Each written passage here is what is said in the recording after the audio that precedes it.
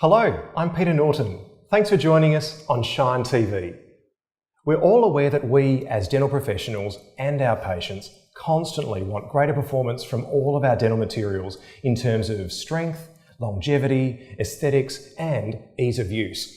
We've also all been let down from time to time by temporary restorative materials that just weren't up to the task for a particular treatment scenario, leading to premature failure of a restoration and a less than happy patient.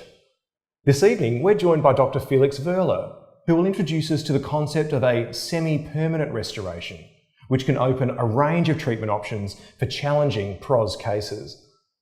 Dr Woehrle holds a PhD in chemistry and has lectured around the world in dental materials. He has held editorial positions within various scientific journals and is himself widely published in both journal and textbook formats. He has specifically worked in dental material science with DMG since 1996 and is currently their Head of Education and Training, which places him in charge of training DMG staff, universities around the world and dental professionals. Dr Woehrle also lectures in dental materials at his alma mater, the University of Hamburg. So Dr Woehrle, welcome to Australia. Thank you for taking the considerable time to travel here to be with us this evening. Thank you very much for having me. I'm really happy to be here. Our event this evening is scheduled to run for approximately 1 hour. As always, we encourage you to interact with us by sending us your questions or comments. In order to do that, please take out your smartphone right now, open the browser on your smartphone and go to Schein.tv. Once you've done that, click connect and you can send us as many questions as you like. We'll get to as many questions as time allows.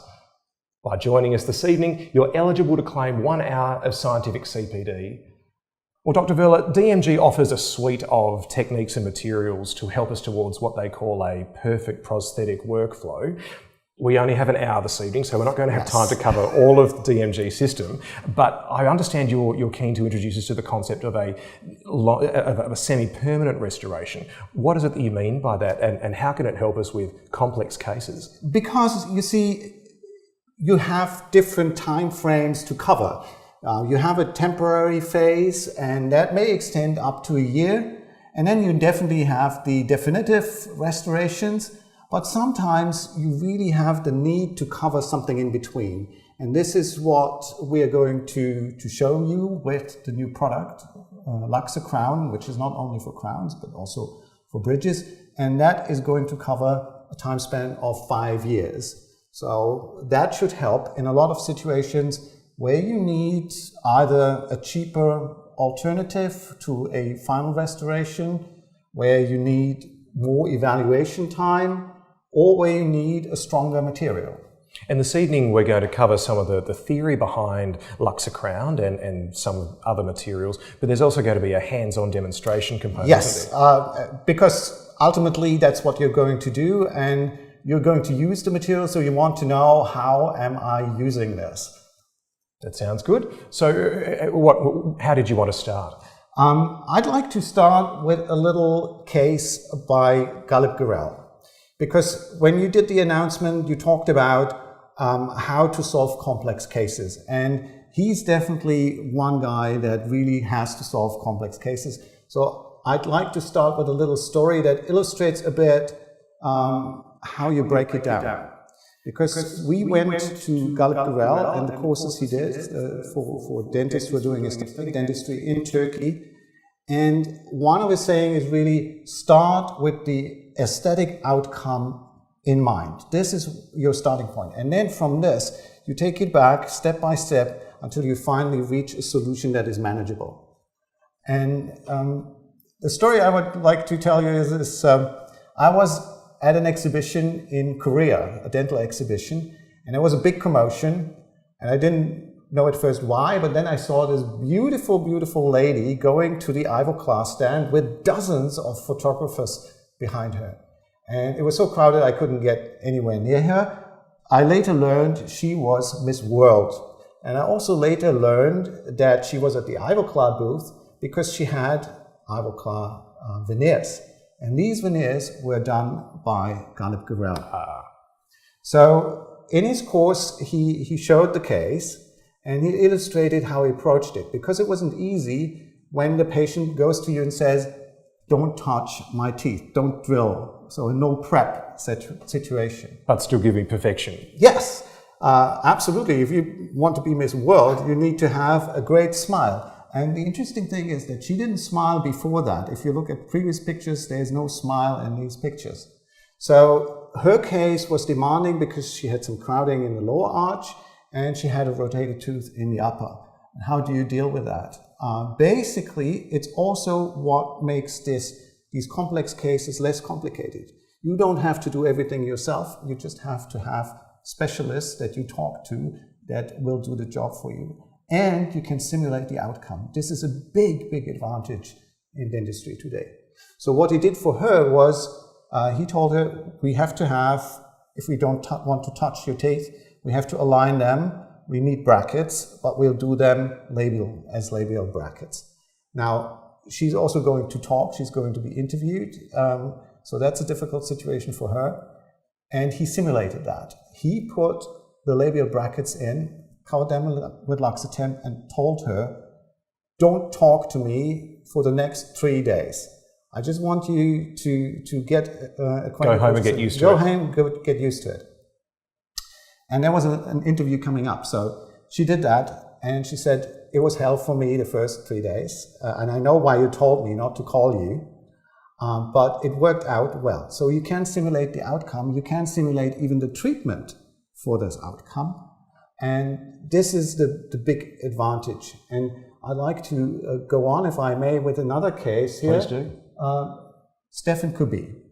Stéphane Kubi is from France. Currently, he's heavily engaged with Style Italiano. Style Italiano being the biggest website for dentists. And he has 2 cases there. I'm not going to show you this because you can see this on the Style Italiano website. But I'm going to show you another case. And what he says rightfully is, you are the architect of the case. You have to start with the final outcome in mind. What is it that I want to achieve? So this is a little user report that we can make available for you Schein users. And this lady here came to his clinic and presented and said, I'm not happy with my front teeth and I have hot and cold sensitivity. So the first thing naturally that you do is an assessment, and when you do this assessment, you find that the front teeth and the appearance of the front teeth is not the main thing. You could do that very easily, non-invasively, composite, not a big deal. Yes. But she had a bulimic record, and if you look at this, and if you see the wear and the erosion that's been done to the enamel here in the upper and lower jaw, it's a very different story.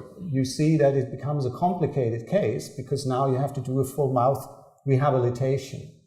So what you do in these cases is you start up with a wax up. So this wax up gives you an indication of what you want to achieve, and it sets the path for the treatment option. So now you have to put this into action, and the easiest way to do this is really take an impression of this wax up.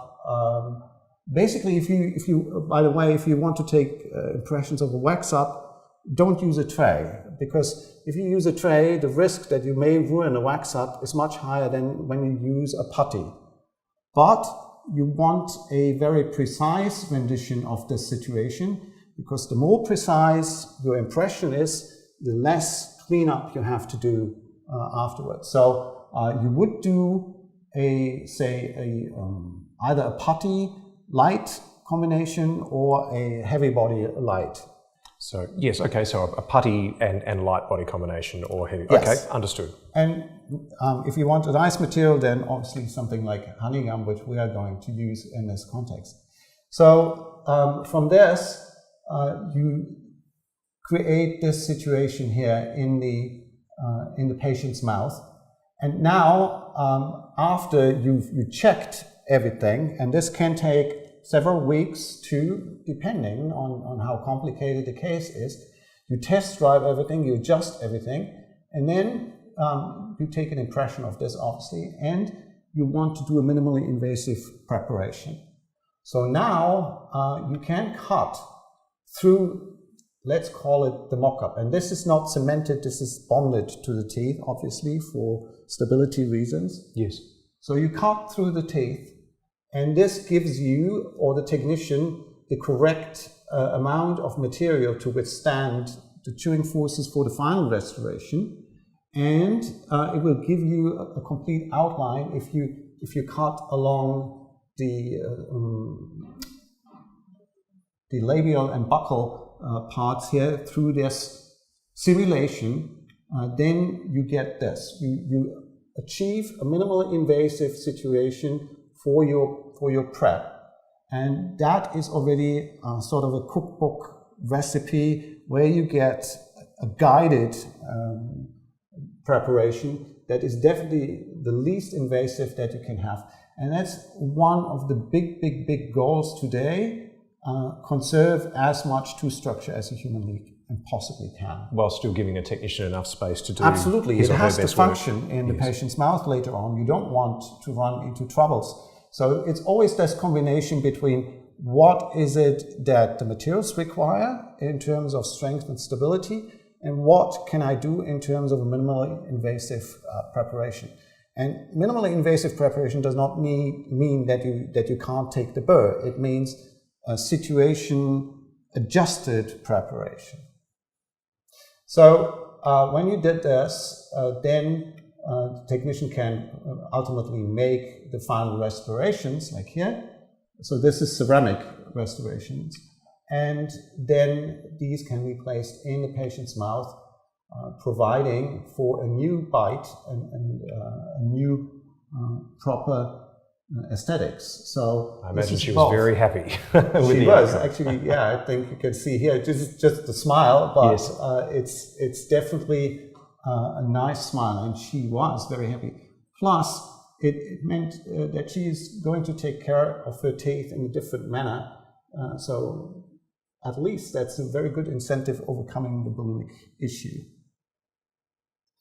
So this is basically outlining that step back approach that you want to take when you break down a complicated case into less complicated steps and then apply proven procedures to treat the patient. Excellent.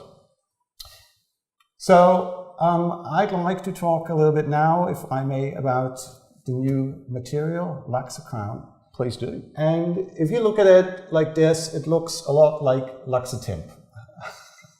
You probably recognize the cartridge, and it is, though, very different, even to Luxatemp Star, which is an improved, in terms of mechanical properties, material.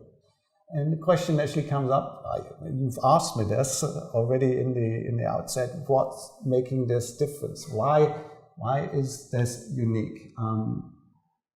We use nanotechnology in both products, so that's not a difference either. It's the same cartridge, it means you can get the same amounts of crowns, like here, about 34 single crowns, 23 3-unit bridges. So from a single cartridge. From a single cartridge. Great. But what's the difference? And the difference is about that it's a chance discovery, because we've really been trying to make a material like this for more than 10 years at DMG. We couldn't get something that went beyond a very good temporary material. So a year is no problem, but going further than that, and 5 years is a real challenge. So that was made possible basically by chance discovery. And while I cannot completely disclose the details, what it is a composite, and the strength of a composite basically comes from the interaction between the silane layer that's bonded to the glass fillers to the resin matrix. And while we do everything we can to enhance this, it's still difficult. So we finally came up with something that we call a surface modifier that enhances this interaction. It's a bit like, and this is why I have this picture here, it's a bit like when you wash your hands. You can use water alone, but it doesn't do the job as well as when you use soap, which is nothing else but a surface modifier to allow this interaction. Understood. So this is really making a difference, and just to show you this. So strength-wise, you see the first two graphs here. This is Luxatemp compared, or Luxatemp star, I must say, compared to the Luxa crown material, and you see that this is 118 megapascals of strength, so flexural strength. That is more than some of the feldspathic ceramics that you use in aesthetic dentistry. So that's a good strength, but the difference really is this here, fracture toughness. This is when you impact a material, and there's you play Trivial Pursuit sometimes? Oh, very occasionally, but go on. So there's a Trivial Pursuit question that I didn't answer correctly either, and that is, what travels with 5,300 meters per second through solid glass? I don't know. Can you help me out? It's not light, it is a crack. Okay. And a crack is your biggest enemy for anything ceramic, or in this case, the composite. If you have cracks, it's very tough to stop them. Zirconia is the one material that can do that to a certain extent, but this will destroy your restoration. So you need something like this fracture toughness to prevent the crack of forming in the first place. And this is why this is so essential. And this difference is significant and makes this difference between 5 years and the 1 year restoration. So should we show and discuss a case and look at that? Absolutely. So, okay. This is a 63-year-old male patient, and let's look at a simple case first, maybe. He's had an unsuccessful endo. Okay, so this is the case. So the crown was strapinated, then a new root canal treatment initiated, core buildup here with Luxacosette. It's a fantastic core buildup material. Lets you really cut like dentin, so you get a good prep. Again, a step that's essential. Don't make your life more difficult. Simplify what you can. And on this, you wanted to build the crown. Now, when you're doing a Luxa crown on this one, it is very essential, because this is composite, that you isolate against this, because otherwise you cannot take off the crown for finishing. And that would be, it will later bond on, to the it's core. nice if it sticks, but when you want to do the finishing, it's a little bit difficult. Yes. So you'll notice that now we're dealing with a situation that's fairly easy. You're probably familiar with these steps when you do a Luxatemp provisional. So this is status blue. This is an alginate replacement material, silicone. It's very stable, so you can store this should the case or the occasion arise. And this impression was obviously taken before the crown was... Absolutely, naturally, yes, sure. So you have this pre-prep impression that you would normally take, or you have to have a wax-up that you can take that impression from. And I'm guessing you've just placed some petroleum jelly on the... Yes, KY on the jelly, whatever, on the prep. On the prep, in this case the core buildup. Yeah, that's essential. So then you have the rough crown that you take out. It's a composite material. It's amazing that you can do something that strong with a flowable composite. So then you do the usual finishing and then a polishing. There's various ways to do this. I'll demonstrate one way to do it. Basically, you can do any composite treatment that you want. It's not essential, and there's nothing specialized on this. It's really a usual composite finishing procedure. Great. But it needs to be polished, because you have this 5-year perspective. Yes. You can glaze it. We'll do this in the hands-on then, show you the difference a little bit. But the essential thing is really, if you want 5 years, you cannot do it like with a temporary, where you say, okay, it's only for 2 weeks. Deal with it. Yes. Deal with it. So what would that dentist in that scenario have used to cement or to attach the crown? This is exactly the point. It depends on the longevity you want for the restoration. If you want to go for the full 5 years, we really recommend that you bond it and cement it, or use a self-adhesive cement. This is the final polishing here. Let's go through the steps here. So we're going to use something different. We're using a cloth wheel because, in my feeling, gives us a faster polish. But for the fissures, I would also use a goat's hair finishing wheel. And then you see a nice gloss. The filler particles here is 1.5 microns, so it's really small. It's almost as good as for a permanent restorative material that you use, a composite. So nice finish. And let's see that in place here. So fit check, then naturally the usual things where you would adjust if necessary. But it should fit really, really well if you follow the usual steps that you do for a temporary. So what was it about this scenario that meant that a semi-permanent restoration was ideal compared with something that was rather shorter term? In this case, the dentist wanted to check the situation because you had this endo and it was an unsuccessful endo in the first place already. So he wasn't sure if it would really work out well. And then you have this issue, how long do you want to test drive the situation? So this, for him, was a difficult case because of the history before that. Endodontically, yes. Yes. Okay. So he wanted to be sure that when he finally made the long-term crown? Yes. No, the final crown, yes. That this investment for the patient would really pay off, and then they wouldn't have to extract, put an implant and stuff like that. So that is a treatment decision that comes naturally together with the patient, where you discuss options. You want to keep your tooth, okay. I'm not sure that this is completely feasible, that we will succeed in doing this. I'm a good endo person. I do what I can here to save your tooth. But we have to test it. Let's treat it slowly and carefully. Yes. Okay. If you've just joined us and you want to send us a question, take out your smartphone, open the browser on your smartphone, go to Schein.tv and click connect. So what's next, Felix? So that was a fairly simple case if we want to look at this. So let's look at something a little bit more complicated but also long-term.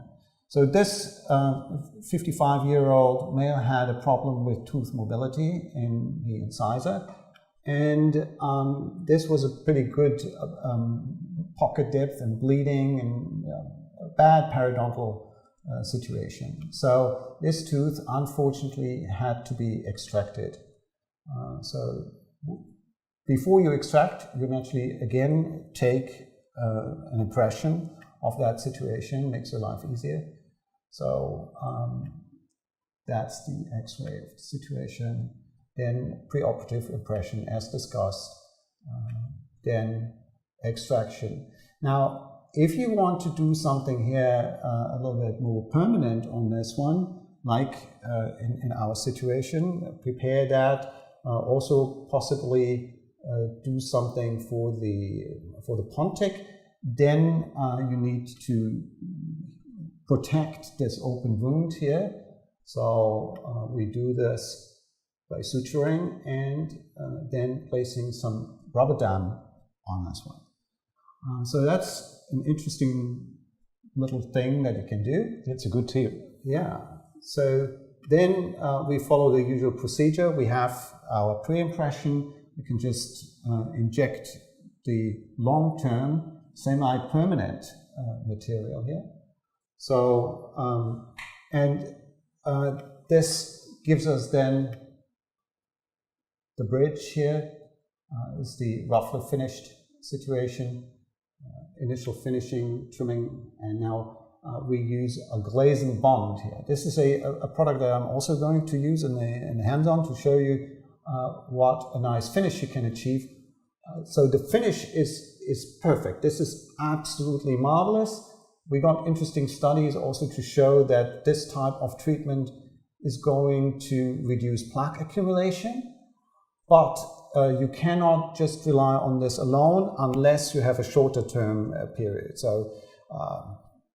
normally for our temporaries, it's a great thing. You don't need to polish, just put on this one. But with a 5-year perspective, this will wear off. This is an unfilled, totally unfilled resin. So you still need a polished surface underneath? Absolutely, yes. Okay. Yes. We have a question.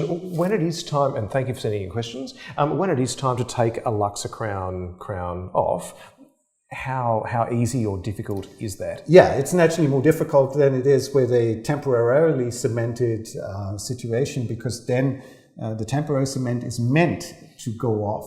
Here, you're basically dealing with a regular bonded restoration. Composite restoration, yes. All right, so we're not expecting it to flick off?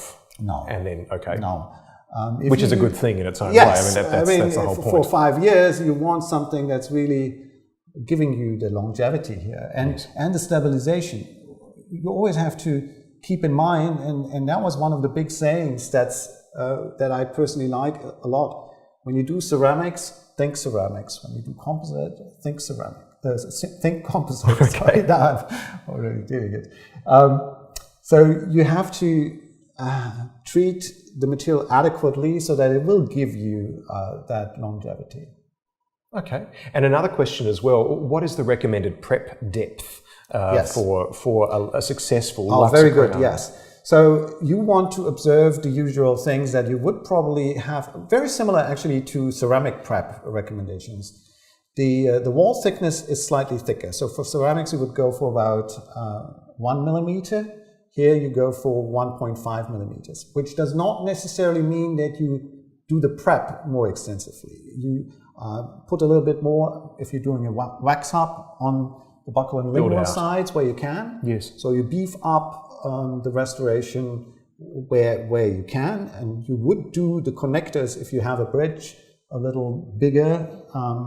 So you do those things rather than compromise on the prep. But the prep height is about the same. You want about 3 millimeters or more. Or more, yes. Yes. You asked about minimum requirements. Yes. So, yeah. Oh, great. And the desired margin finish, are we talking presumably a curved shoulder or? Would you call it a chamfer? Everyone's a little bit different in their definitions, I think. Oh, okay. But yeah, look, I think you're going to show us in the demonstration what I assume is the... It's basically like a ceramic restoration. Right. So basically, yeah. Okay, excellent. All right. So this is a glazed thing, and that makes it look really, really nice.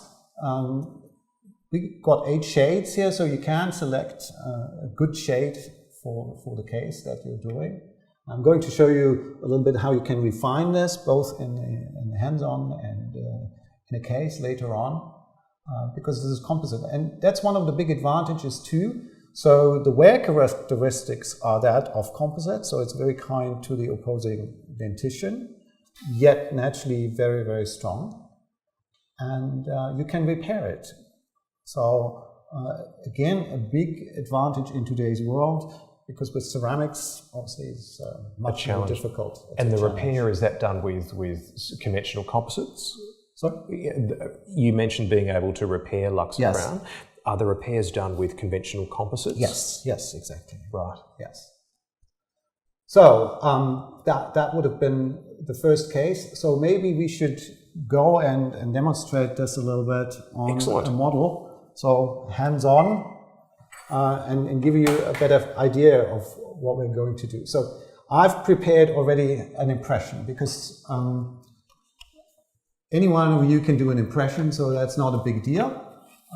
What you notice is maybe this. I have cut these, let me see if I get here the right, okay, I have to rethink this, okay.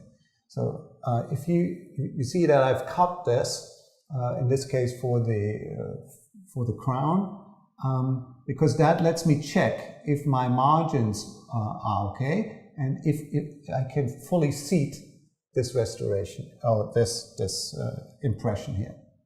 So that's an important thing. I did a putty impression. This is less than ideal. I would do that on a wax hub like this, I would refine it on a wax up, as I said, with a light body material, so something like this. But for the time being, we're going to use that. We always have to remember you're doing a semi-permanent restoration, so the more accurate, the better it is. Sure. So I'm going to do the bridge here, the bridge situation. And the reason why it's not in a tray is really that with this model here, it doesn't work really well on the model. It's fortunately a much better situation if you're doing it in the mouth of the patient. And in the mouth, you would use an impression tray. Absolutely, yes. You want precision here for this one. Not that this is bad, but it's not accurate as your impression that you would normally take. So I've prepared some Luxor crown here. As you take a second to put on sure. gloves and mask, we have some more questions.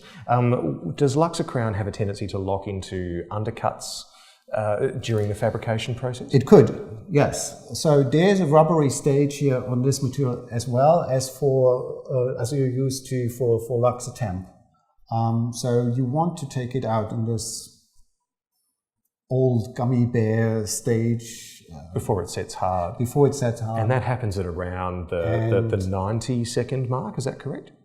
Yes, exactly. So you have 30 seconds here, a bit less than you have for Luxor temp, but if you're only doing 3-unit bridges, then you don't need that much more of working time. Sure.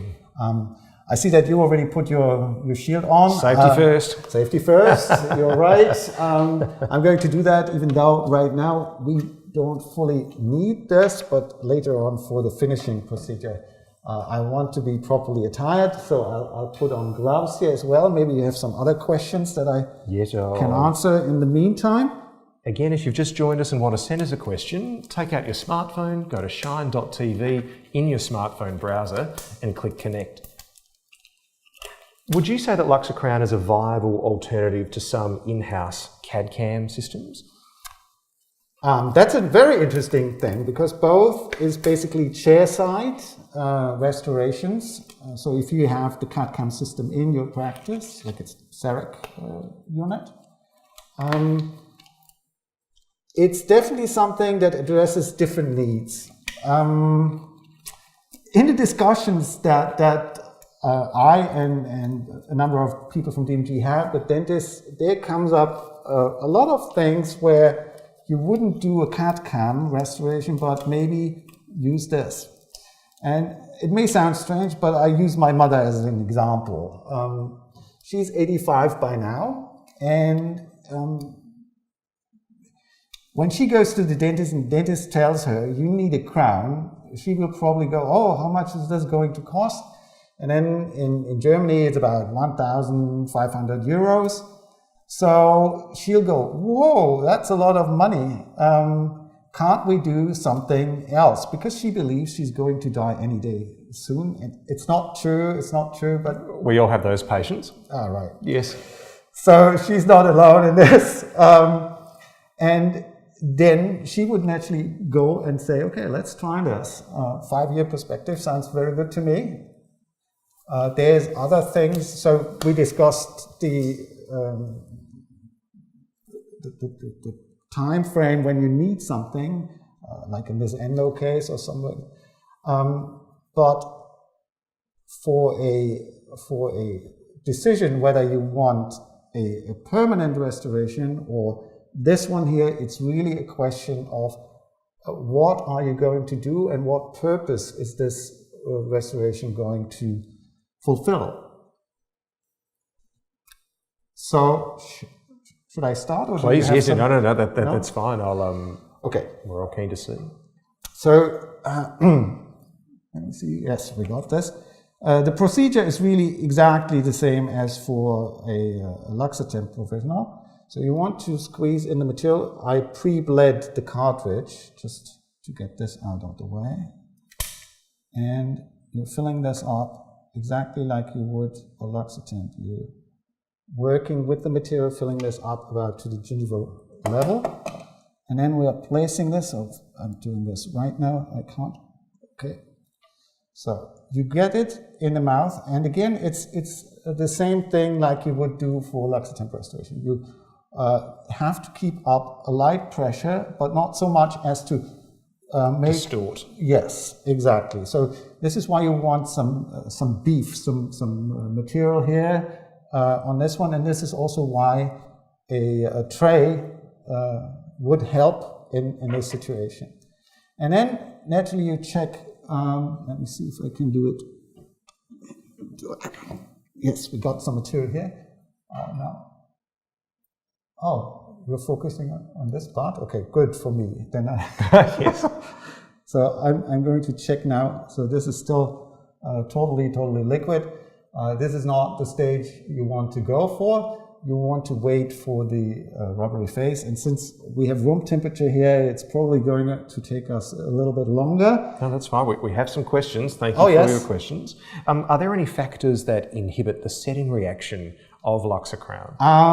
Not really, but I would warn against one thing, and that is if you have been using retraction cord dipped in iron solution, because the iron, if you're not washing that off very carefully, will discolor or can discolor this to totally black. You get the same thing with Luxatemp and in other composites.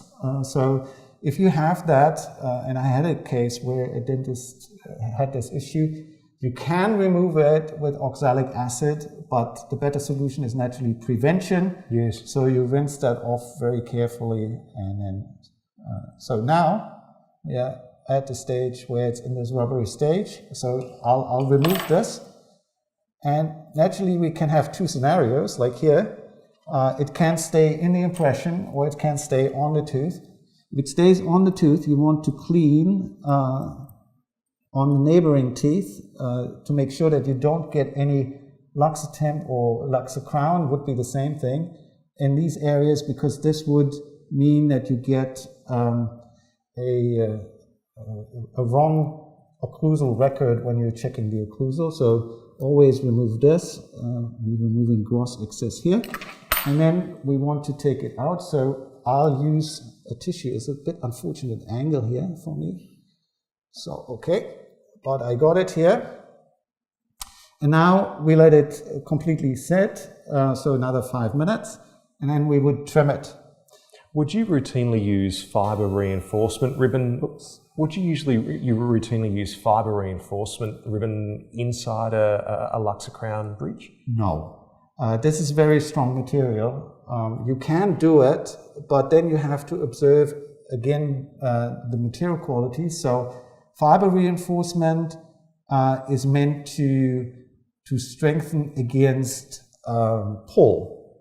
It's not a compression thing. So you would have, if you wanted to reinforce this area here, then you would have to put it in like in a U shape.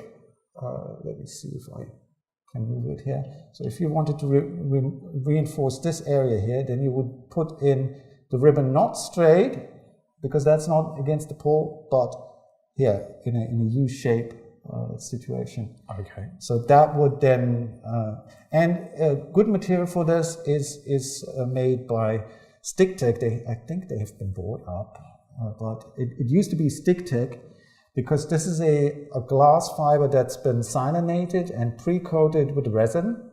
So that's a totally different story to other fiber reinforcements. You can do it yourself though. You can use glass fibers, silanate them. It's not that difficult, and use that, but that's a good thing.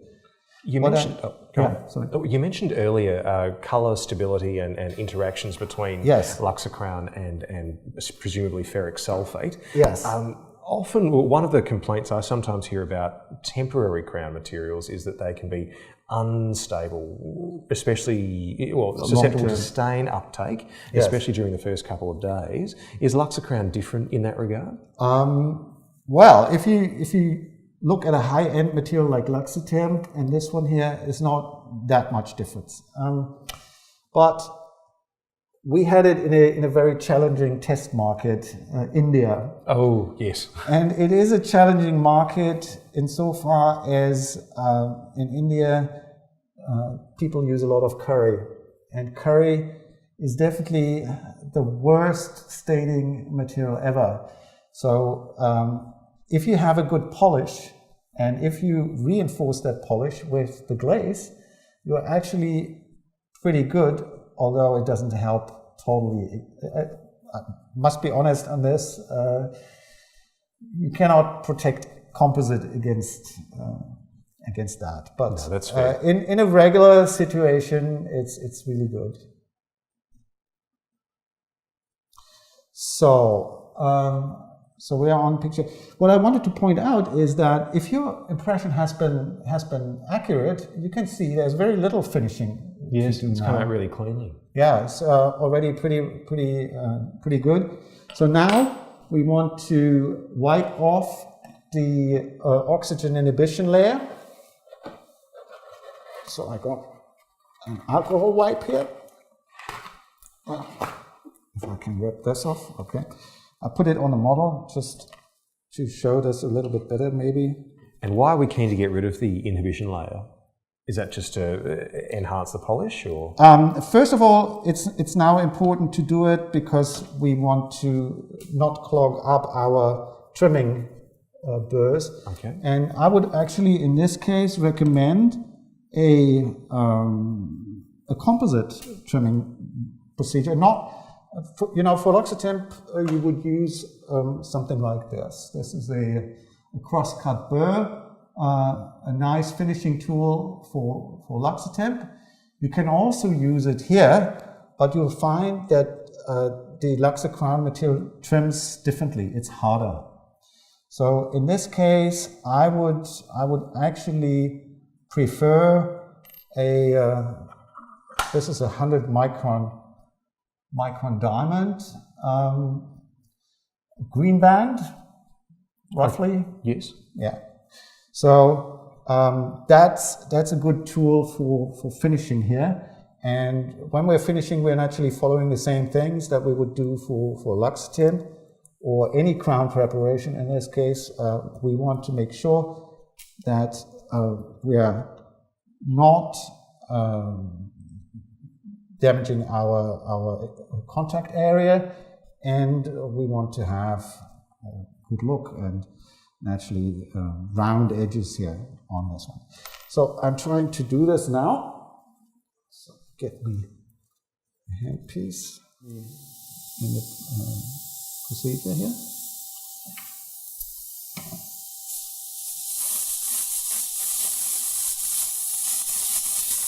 So take away everything that doesn't look like the crown.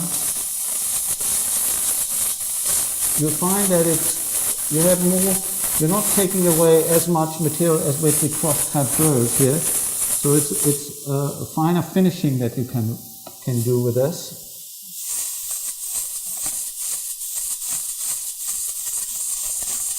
And it's really, I mean, I should let you do it, because then from your experience I can interview you on how it feels, and you will probably really tell me, yes, it's different to Luxotemp, because really is a lot harder. Well, I'm happy to help if you want me to, but no, okay. It's just okay for time reasons. We're not going to do the full thing here because I already prepared a little bit in advance, because you told me we have time restrictions. So would you say that there is a role for Luxo crown in, for example, a paediatric patient who would otherwise require a stainless steel crown? Oh yes, I mean parents would go for it. It's not just about the kids. I think most kids don't actually care that much, but parents are a different story. Parents, different story, yes. And in a case with a child, would you be happy for a Luxo crown to be cemented with, for example, a resin-modified glass ionomer? Yes, depends though on the longevity, yes. If you're looking at a time frame of about 2 years, I'd be perfectly all right with that. Yeah. Great. So to cut this a little short here and not stress the time limit so much, I just want to show you this here. Can I put it on the model and you can then, okay. So this is, and I'll do the polishing here to show the polish live on this one too.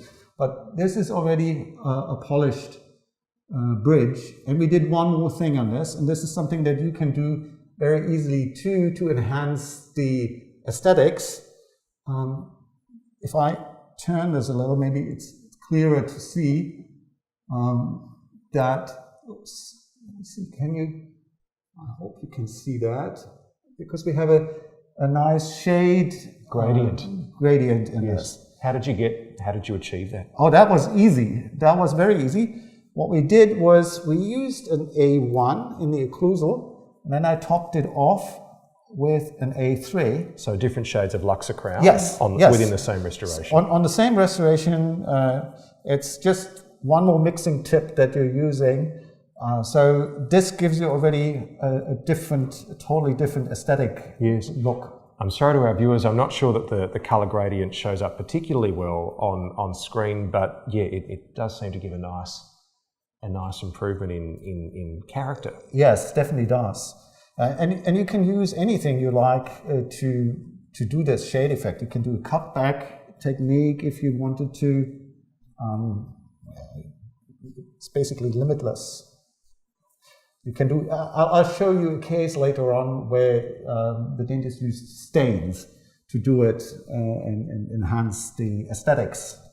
Actually, that'll be the last case then. Okay. Yeah. So I'm going to polish this a little, and for the polish, just to do this, I'm going to use a cloth wheel. Actually, a used cloth wheel is better than a fresh one, because on a fresh one you get this little fuzz. Fuzz, yes, exactly. So where's my unfinished? This is the unfinished, to get an idea of how it looks like. So, see, I need a little bit of polishing paste, and the important thing, contrary to the trimming that I use the diamond, you use a high-speed diamond, but you use a low speed for the polishing wheel. That's a common problem, that you use using something that's too fast for the polishing. And by low speed, are you referring to? About 5,000, 6,000. Okay. Yeah. So you can already see that it's getting some gloss. It is. And this is not so good for the fissures. It's pretty good here on these surfaces. So I'm just doing this, and it's always important to use polishing paste. This is nothing special. This is a universal composite polishing paste. So don't be too thrifty on the polishing paste here. Another question from the audience is Luxor crown suitable for veneers? That's again a very good question, and we are actually thinking about indicating it for this, but we still have to answer the question then, what do I use for bonding, how do I do that, and what's the color stability in a case like that, because this is one of the big things naturally then for the patients. So I think we can see we get a nice shine. I hope you can see that. And I'm going to do a little bit of polishing in the fissures, and for this we would really recommend something like a goat hair brush. And again, polishing paste here is important.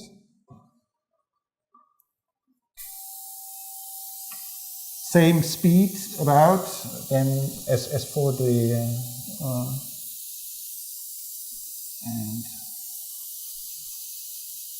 and short touches. It's not like you want to, but it's already taking on a nice shine. So being on ScheinTV, I mean. I love a pun. Are there any known allergies or sensitivities to No. the Luxocrown material? That's a very good question too, but no, it's with the usual caveat. I mean, there's people who are sensitive to resin materials, and then that naturally applies. But this is a fairly nice material in terms of not being allergenic. Yeah. So this, as I said, is going to take care of the fissures here. And hopefully we can see that's already getting glossy. It is, yes. So we can enhance this. This is the last step that we're going to do. So I'm putting on the glaze here on one of the units, and then we're seeing that yes, there's still a difference when you put the glaze on. So where did to your right. Oh, right. And this is the Luxotemp glaze and polish. This is glaze and bond. Luxotemp glaze and bond. Yes, I can put this maybe here. So this is glaze and bond, and this is becoming an increasingly important material for us. One thing is that it gives you this nice glaze, so your assistant will love it because she doesn't have to polish these fiddly small things in a temporary. But this is also going to be a perfectly good solution when you do relining. We have a relining material where you use this as the bonding system between the denture and the relining material. Right. And we also tested it, and it's a great material when you have PEEK. So PEEK, the resin, the resin metal. I don't know how you would call it in CAD/CAM dentistry. The problem is veneering. How do I get a good bond on these PEEK? And this helps with that. And this is a perfect, really bonding system here for this. So it's getting interesting. So I'll explain a little bit about this because this looks easier than it's easy to use, but there's a few tricks that can make it work perfectly. So before I dispense this contains methyl methacrylate. And this is one of the very few solvents that's actually able to penetrate into old composite restorations. So this is also why it's glaze and bond, originally glaze to glaze and bond, because you could repair, say, a fractured Luxotemp restoration. Now, this, as I said, contains the methyl methacrylate. You see it's yellow because it's the... So you want to use this sparingly. You paint it on in a thin layer for two reasons. Because one is so you paint it on, you leave it on for a few seconds, and then we have a curing light here. And we want to cure it. Thank you very much for helping out. Do I press again? Yes. Okay, yes, it's doing it. So the important thing here is this methyl methacrylate evaporates, and while it evaporates, it prevents oxygen from entering the reaction site. So what we get is a hard and glossy surface. With no inhibition layer? Yes. Wow. Exactly. So that is the trick here, to really help you. And if you have a 3-unit bridge like this, you cannot coat all of the bridge and then cure in one go, because then, say, the methyl methacrylate on this one here has already evaporated, and then you're getting a sticky layer instead of the hard, shiny surface. So we should do it in stages. We can probably see how nice and shiny it is, even compared, I mean, it's not totally polished, but it's a difference that you get. And this is a nice solution to enhance the color stability and also naturally to improve the gloss for the patient. Another question we have, is Luxacrown suitable at this stage for things like inlays and onlays? Basically, it could withstand the compressive forces, but it's not yet indicated for this. So there are no data? Yes, we still have clinical trials going on. Yes. So currently, no, but we expect the trials to go fine, and then we'll indicate it for that. Excellent. So is that, once you had presumably finished glazing the entire prosthesis, that's ready for cementing, is that right? That's really then the case where you want to cement it. And by the way, I might show this. I did it on purpose naturally, but I'm sure. You may see that I got a little air bubble here. Not big, it's nothing much. So the best thing to do in this case is really to repair it. And you can use any composite for this, because a freshly made situation, either in Luxatemp or in this most things will bond directly. It's just that the floor wheels here are adjusted to the shades, and if you play it right, that was a bit too much. It's way too much actually. So, but our technician, when he does it, it's so amazing. And I'm noticing that you're not pre-treating that with glaze and bond. Exactly, it's not necessary. Because it's too fresh. You just cure it then, and that's it. And then you can polish. So you can use a normal restorative, or you can use a floral. Is it still okay? Yeah. So 10 seconds in, and then you're done with this. It's hard, and the repair is done. And you can do this also if you trim the margins a little bit short or something like this. All of that can be repaired instantly, basically.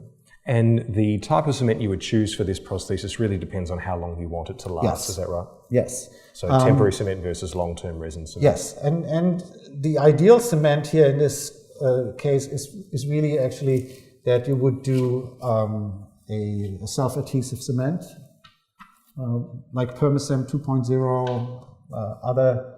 Oh yeah, you're right.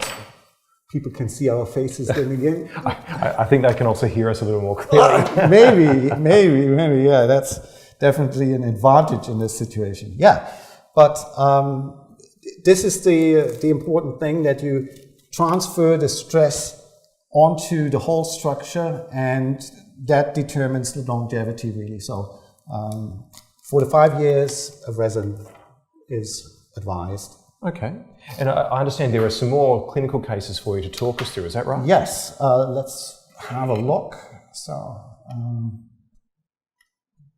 we have this case here. This is a case from Greece, and in Greece the economical situation is not the best, neither for the dentist nor for the patients.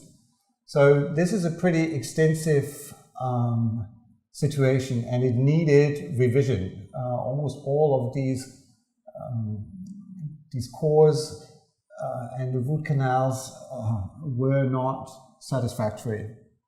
So for this patient, you can also see obvious attrition and wear on the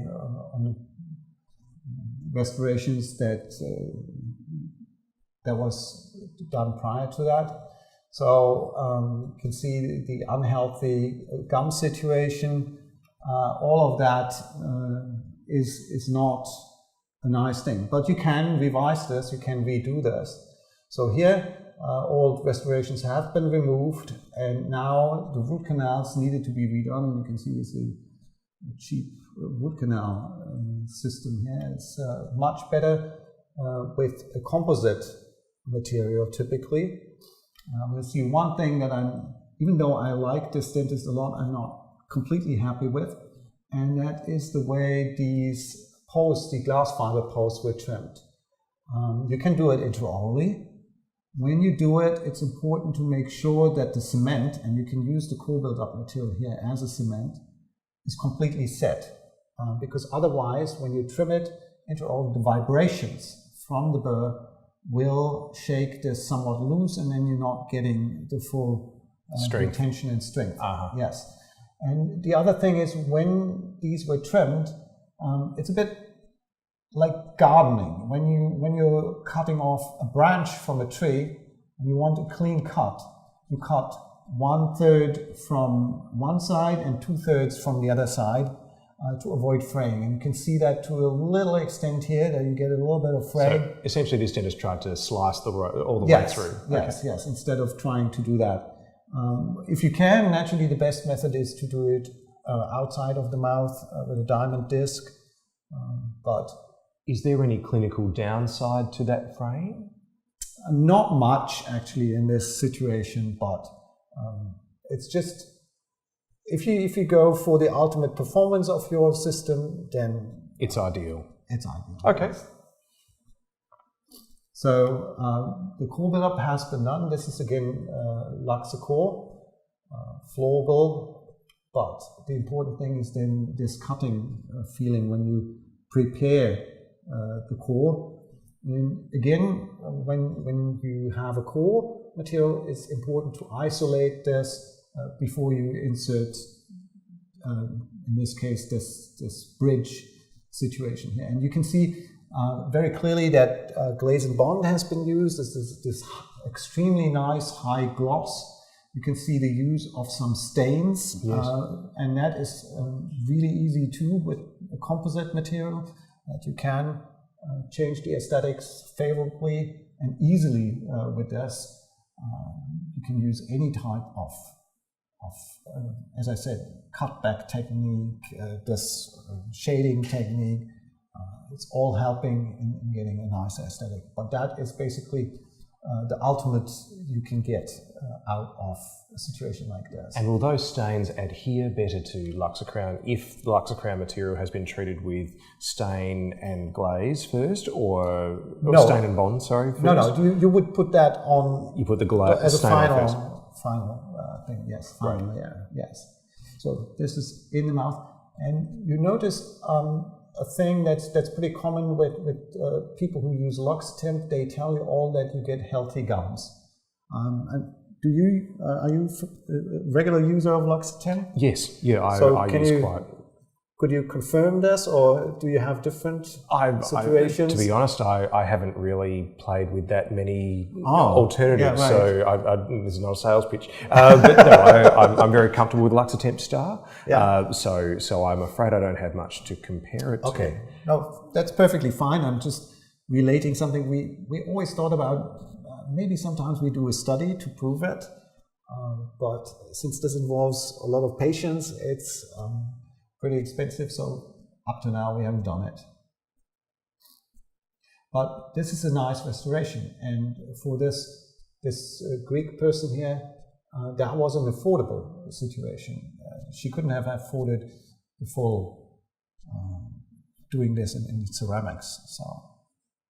And you're expecting approximately up to a 5-year lifespan from. Yes, we do.